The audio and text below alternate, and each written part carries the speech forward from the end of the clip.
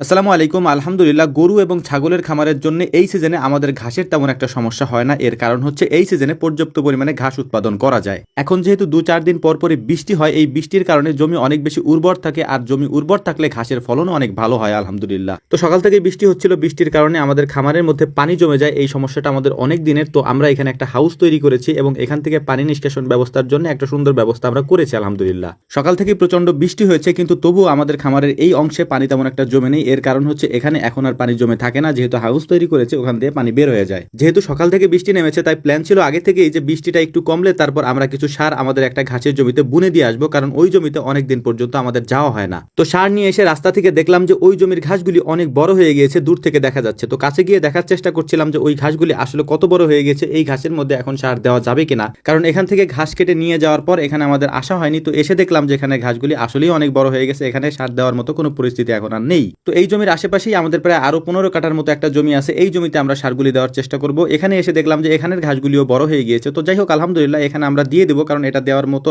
উপযুক্ত আছে। ওই জমিতে সার দেওয়ার জন্য 20 কেজির মতো সার আমরা নিয়ে এসেছিলাম, কারণ ওখানে 7 কাঠার মতো জমি ছিল, কিন্তু এখানে যেহেতু 15 কাঠার মতো জমি, এখানে আমাদের পর্যাপ্ত পরিমাণে সার লাগবে। প্রায় আমাদের এখানে 1 মণ অর্থাৎ 40 কেজির উপরে সার লাগবে, যেটা আমরা আনিনি। যে সারগুলি আমরা এনেছি সেই সারগুলি এখানে বুনে দিয়ে যাবো এবং বৃষ্টির পরে পরবর্তীতে এসে বাকি সারগুলো আমরা এখানে বুনে দেবো ইনশাআল্লাহ।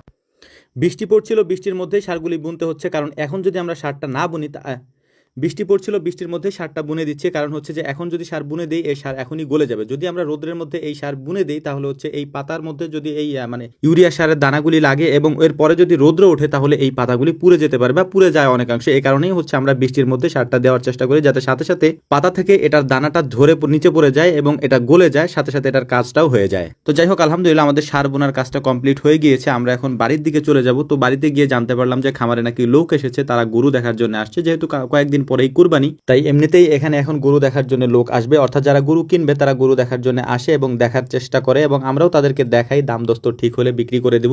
আজকে যারা এসেছেন তারা মূলত আমাদের আগের বার 2টা গরু আমাদের থেকে নিয়েছিলেন, তারাই মূলত আবার এসেছেন আমাদের গরুগুলি দেখার জন্য। তো যাই হোক, আলহামদুলিল্লাহ আগের দিন অনেক বেশি বৃষ্টি ছিল এবং ওই বৃষ্টির মধ্যে আমরা সার বুনে দিয়েছিলাম। পরের দিন দেখতেই পাচ্ছেন কি পরিমাণ রৌদ্র উঠেছে। এই রৌদ্রের মধ্যে আমরা সার বুনতে পারতাম না। যদি সারটা ওই সময় না বুনতাম, তাহলে হয়তো ঘাসের পাতাগুলি পুড়ে যেত, যদি আমরা এই টাইমে সারটা বুনতাম। তো যাই হোক, এখানে সজীব মামা আমাকে ডেকে নিয়ে এসেছে। এর কারণ হচ্ছে যে এখানে একটা ভল্লার চাক আছে। আমরা আগে কয়েকটা ভিডিওতে আপনাদেরকে দেখিয়েছি যে এগুলিতে হচ্ছে যে কামড় দেয়। তো সজীব মামাকে কয়েকটা কামড় দিয়েছে এবং উনি এখান থেকে ভয় পাচ্ছেন। এর আগেও একবার উনি অসুস্থ হয়েছেন কোরবানির আগে, এটা আপনারা জানেন অনেকে হয়তো। তো এসে দেখলাম যে কয়েকটা চাক এখানে আছে। তো এগুলাকে আমি পোড়ানোর চেষ্টা করতেছিলাম বা মাছিগুলিকে এখান থেকে তাড়িয়ে দেওয়ার চেষ্টা করতেছিলাম, কিন্তু দেখলাম যে তার হাত একেবারে ফুলে আছে। 2-3টা কামড় দিছে, পায়ের মধ্যেও কামড় দিছে। তো এটা আসলে আমাদের জন্য অনেক কষ্টের একটা ব্যাপার। এরকমটা আমাদের